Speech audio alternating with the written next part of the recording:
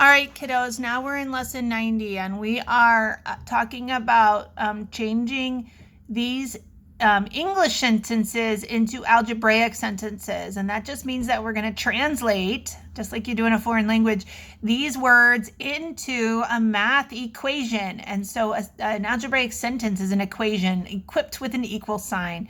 And so that's the new part of this lesson. So in that first lesson or example A here, it says express with an algebraic sentence. 5 more, 5 plus, then the product, remember product means times, of 6 and a number is 21. So if we go down to my, what I have here, 5 more than the product of 6 and a number is always means equals 21. And in this example, it just says write as an algebraic sentence. It doesn't ask us to solve it. So that is done or finished. Okay, go to B. 4 more than the product of 9 and a number is negative 77. What is the number? So here we're actually asked to solve for the number. So again, 4 more, 4 plus, than the product of 9 and a number. So 4 plus 9n is equals negative 77. So coming back down to my work, 4 plus the product of 9 and a number is negative 77. It reminds us what is the number. So here, this is new, right? This is reminding us, well, we've been solving these equations, but we haven't really solved them a lot with these negative numbers. So we remember that, what do we have to do? We have to get n by itself. Well, the 4 is on the same side as the n, but it's far away from the n. So we're going to neutralize that. In order to eliminate the 4, we're going to subtract a 4 from both sides. So we do that to change the look of the problem, but not the value of the problem. We have to keep things balanced in an equation.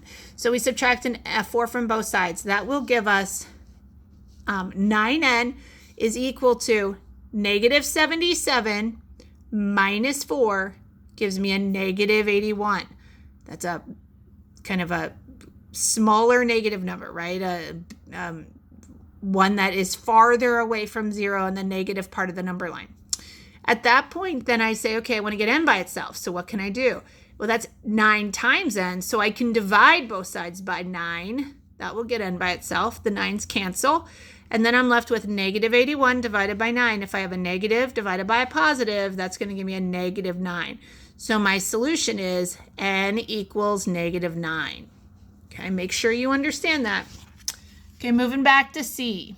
Okay, 5 less. Now, whenever we see this less part of a problem, that kind of gets us tricked up a little bit sometimes. So we have to remember, like if I have 5 less dollars, that's kind of a weird way to say it, but if I have 5 less dollars than Tessa, okay, and if she has $20, then how much do I have? Well, you all know I have 15. How do we write that as a sentence?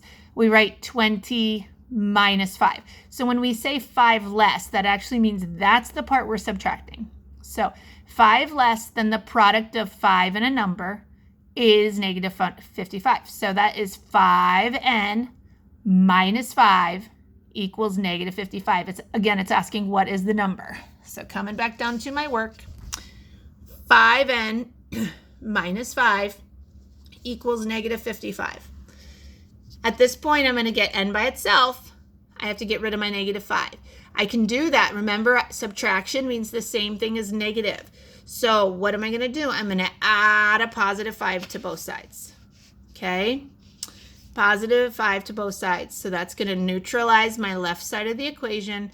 I'm going to be left with 5n here is equal to, and then we have negative 55 plus 5, a negative and a positive. We're going to subtract those numbers and use the sign of the bigger one. So that's going to give me negative 50. Now, I'm reminding you to watch the word less, like I just talked about. So a lot of people will write 5 minus 5n. And no, it's 5n minus 5 because there's 5 less than that. Okay?